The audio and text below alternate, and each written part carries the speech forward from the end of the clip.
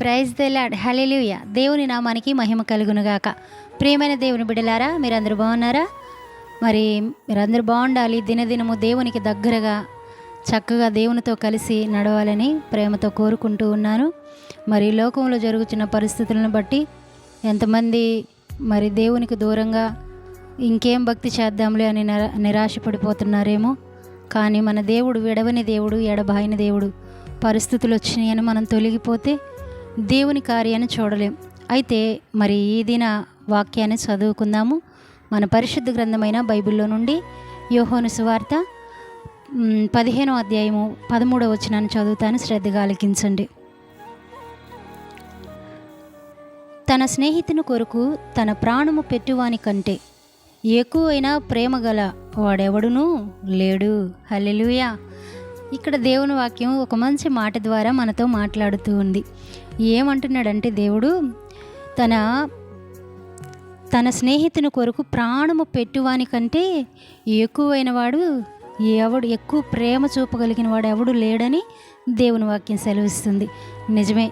మరి ఈ రోజుల్లో లోక సంబంధంగా మనం చూసినట్లయితే ఎంతోమంది రకరకాల ఫ్రెండ్షిప్ కలిగి ఉంటారు కదండి. స్నేహితులు చాలామంది మనకు ఉంటూ ఉంటారు. ఏ వయసు కలిగిన వారికి ఆ వయసు కలిగిన స్నేహితులు ఖచ్చితంగా లోకములో స్నేహం అనేది ఉంటుంది. అంతేకాకుండా లోకములో స్నేహం కూడా కొంతమంది చాలా ప్రాధాన్యత ఇస్తూ ఉంటారు. రే, వీడు నా ముఖ్య స్నేహితుడురా, వీడు అసలు నాకు బెస్ట్ ఫ్రెండ్ రా అని చెప్పుకుంటూ ఉంటారు కదండి. అయితే ఆ బెస్ట్ ఎక్కడి వరకు, ఆ ముఖ్యమైన పరిస్థితి ఎక్కడి వరకు అంటే వాళ్ళిద్దరు బాగున్నంత వరకే, వాళ్ళిద్దరు ప్రేమగా ఉన్నంత వరకే, లేదా వాళ్ళిద్దరు కలిసి మరి పరిస్థితులన్నీ బాగున్నప్పుడే. కానీ దేవుని ప్రేమ ఎలాంటిదంటే ఆయన ఏమంటున్నాడంటే తన స్నేహితుని కొరకు తన ప్రాణము పెట్టువానికంటే ఎక్కువైన ప్రేమ కలిగిన వాడు ఎవడున్నాడు? స్నేహితుడి కొరకు ఒకళ్ళు ప్రాణమే పెడతారంటండి. అయితే లోక సంబంధమైన స్నేహితులు ఆ పరిస్థితిలో ఉన్నారా అని మనం ఆలోచన చేస్తే మీకే తెలియాలి. మరి మీరు ఎంతమంది స్నేహితులను కలిగి ఉన్నారు? ఆ స్నేహితుల స్వభావాలు, కొంతమంది అన్నీ నమ్మేసి స్నేహితులతో పంచుకుంటూ ఉంటారు. ప్రతి విషయం పంచుకోవడానికి ఇష్టపడతాం. ఎందుకంటే మన ముఖ్య స్నేహితులు కొంతమంది బెస్ట్ ఫ్రెండు, అసలు అరే నా ప్రాణమురా అనుకుంటారు. అట్లా అనుకున్న ఆ ఫ్రెండ్షిప్ వారి పరిస్థితులన్నీ ఒకేలాగా ఉన్నప్పుడు, లేదా ఇద్దరు ఒకే స్థితిలో ఉన్నప్పుడు, ఇద్దరు ఒకే రకంగా బ్రతికినప్పుడు బాగానే ఉంటుందండి. అయితే ఎవరైనా వీరిలో కొంచెం స్థిరపడి వారి అన్ని రకాలుగా వీళ్ళకంటే ఒక ఫ్రెండ్ కంటే ఇంకొక వ్యక్తి అధికంగా ఉన్నాడంటే ఈ బెస్ట్ ఫ్రెండు అనుకున్నవాడు ఆ స్థితిని బట్టి కింద ఉన్న ఫ్రెండ్ని చాలా చిన్న చూపు చూస్తారు లోకం అది. అయితే దేవుని ప్రేమ అలాంటిది కాదు. ఆయన అంటా ఉన్నాడు, తన స్నేహితుని కంటే తన ప్రాణము పెట్టువాని కంటే ఎక్కువైన ప్రేమ గలవాడు ఎవడున్నాడు? లోకంలో ఎవ్వరు లేరంటండి. అందుకే దేవుడు అంటా ఉన్నాడు, ఎవరున్నారు ప్రేమ కలిగిన వాడు ఎవడున్నాడు? మాటల వరకే. ఇప్పుడు మన మధ్యలో కొన్ని విషయాలు జరుగుతూ ఉంటాయి. కొంతమంది స్త్రీలు చాలా బాగా కలిసి ఉన్నప్పుడు వాళ్ళు చాలా విషయాలు మాట్లాడుకుంటూ ఉంటారు.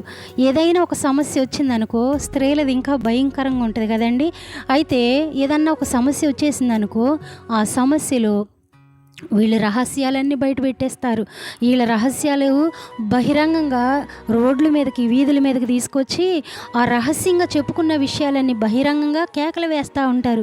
అప్పుడు వాళ్ళు ముఖ్యమైన స్నేహితులా? కాదు. అయితే దేవుని వాక్యంలో దేవుడు మన కొరకు తన ప్రాణాన్ని కూడా ఇవ్వటానికి వెనుదిరగలేదంటండి. నాకు తెలిసిన ఇద్దరు సహోదరులు ఉన్నారండి. అయితే ఆత్మీయ జీవితంలో మొదటి నుండి యవన కాలంలో నుండి వారు ఎంతో ప్రేమ కలిగి ఉండేవారము. అయితే వాళ్ళల్లో ఒక బ్రదర్కి మంచి ఉన్నతమైన స్థితి వచ్చింది. డబ్బులు సంపాదించుకున్నాడు. మంచిగా ఒక మంచి ఉన్నతమైన రాజకీయ సంబంధమైన వాటిల్లో కూడా చాలా ఉన్నతమైన స్థితికి వెళ్ళిపోయాడు. తర్వాత ఇంకొక బ్రదర్ ఉన్నారు. తను అప్పుడెలా ఉన్నాడో ఇప్పుడు కూడా అదే స్థితి కలిగి ఉన్నాడు. అయితే ఈ రాజకీయంలోనికి అభివృద్ధి చెందిన స్నేహితుడు ఇప్పుడు ఆ స్నేహితుడిని చూస్తే, అరే వీడొస్తే నన్ను ఏమైనా సహాయం అడుగుతాడేమో అని మొహం తప్పించుకొని తిరుగుతున్న స్నేహితులు లేకపోలేదు. అయితే అయితే ఇలాంటి లోకంలో మనం ఉన్నాం. అందుకే దేవుని వాక్యం సెలవిస్తూ ఉంది. ఆయన అంటా ఉన్నాడు, ఏమంటున్నాడంటే తన స్నేహితుని కొరకు తన ప్రాణం పెట్టువాడు ఎవడున్నాడు లోకంలో? ప్రాణం పెట్టే అంత స్నేహం ఉందని చెప్పుకుంటారు, కానీ క్రియల్లో కనపడదు. కానీ మన దేవుని ప్రేమ తను ప్రాణము పెట్టునంతగా మనల్ని ప్రేమించాడు. హల్లెలూయా, దేవుని నామానికి మహిమ కలుగునుగాక. ఆయన తన ప్రాణాన్ని ఇవ్వడానికి వెనుక తిరగకుండా ఆయన ప్రాణమునిచ్చి మనతో స్నేహం చేయడానికి ఇష్టపడతా ఉన్నాడు. ఎంత గొప్ప ప్రేమ అండి! ఒక్కసారి స్నేహం చేయడానికి మనం ఇష్టపడితే, ఒక్కసారి ఆయన మనకి ఫ్రెండ్ అవ్వాలని, లేదా మనకి చక్కగా స్నేహం కలిగి ఉండాలి దేవునితో అని నువ్వు గనక తీర్మానం చేసుకుంటే, నీ బ్రతుకు దినములన్నీ ఆయన నీకు తోడుగా ఉండటానికి ఇష్టపడతా ఉన్నాడు. లోక సంబంధమైన స్నేహితుల వలె అర్ధాంతరంగా పరిస్థితులు మారినప్పుడు ఆయన మారిపోయేవాడు కాదండి. ఎందుకంటే ఆయన ప్రేమ కలిగిన వాడు. అంతేకాకుండా తన స్నేహితుని కొరకు ప్రాణం పెట్టి దేవుడు మనకి తోడుగా ఉన్నాడు. ఆ స్నేహితులందరికంటే మించిన గొప్ప స్నేహితుడు యేసు ప్రభువారు. అందుకని ఈ మంచి వాక్యం ద్వారా మనం ఒక సత్యాన్ని తెలుసుకుందాం. లోక సంబంధమైన స్నేహము లోకములో పరిస్థితులన్నీ బాగున్నప్పుడే ఉంటవి. పరిస్థితులు మారిపోతే వాడెవడో నేనెవడో అన్నట్లు మారిపోతారండి. అందుకే దేవుని ప్రేమ విడవనిది, ఎడబాయినిది. ఆయన స్నేహం అంతము వరకు మన కొరకు ప్రాణమైన ఇస్తాడు, కానీ మన స్నేహాన్ని మాత్రం ఆయన విడిచిపెట్టేవాడు కాదు.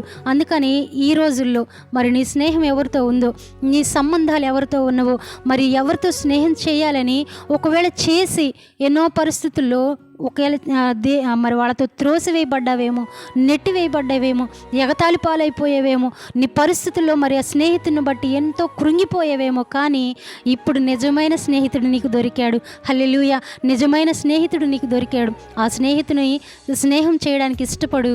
దేవా, నీతో నాకు స్నేహం కావాలి, నేను నీతో స్నేహం చేస్తానయ్యా, యేసయ్యా నువ్వు నాతో స్నేహం చేయమని ఒక్కసారి నువ్వు నోరు తెరిచి గనక ఆ స్నేహాన్ని కోరుకుంటే, ఆయన చనిపోయినా సరే, ఆయన బ్రతికినంత కాలము ఆయన ప్రాణమైన ఇస్తాడు, కానీ నీతో స్నేహం విడిచిపెట్టడు. మళ్ళీ అలాంటి నిజమైన స్నేహం నీకు కావాలంటే ఈరోజే చక్కగా దేవుని సన్నిధిలో దేవుని సహాయం కోరి ఆయనతో స్నేహం ప్రారంభించు. నీ జీవితంలో ఉన్నతమైన స్థితికి ఆ స్నేహితుడు తీసుకెళ్తాడు. ఈ వాక్యం ద్వారా నువ్వు బలపరచబడాలని, దీవించబడాలని ఆశపడుతూ, చక్కగా ఈ మాటల ద్వారా ఆదరించబడుతూ, ఏ పరిస్థితిలో నువ్వు ఉన్నావో, కృంగిపోతున్నావేమో నాకు తెలియదు, కానీ ఈ మాటల ద్వారా ఆదరించబడుతూ ఇంకా దేవుని ప్రేమను రుచి చూసి ఎదగాలని ప్రభు పేరట కోరుకుంటూ ఈ మాటలు ముగిస్తూ ఉన్నాను. దేవుని నామానికి మహిమ కలుగునుగాక. ఆమేన్.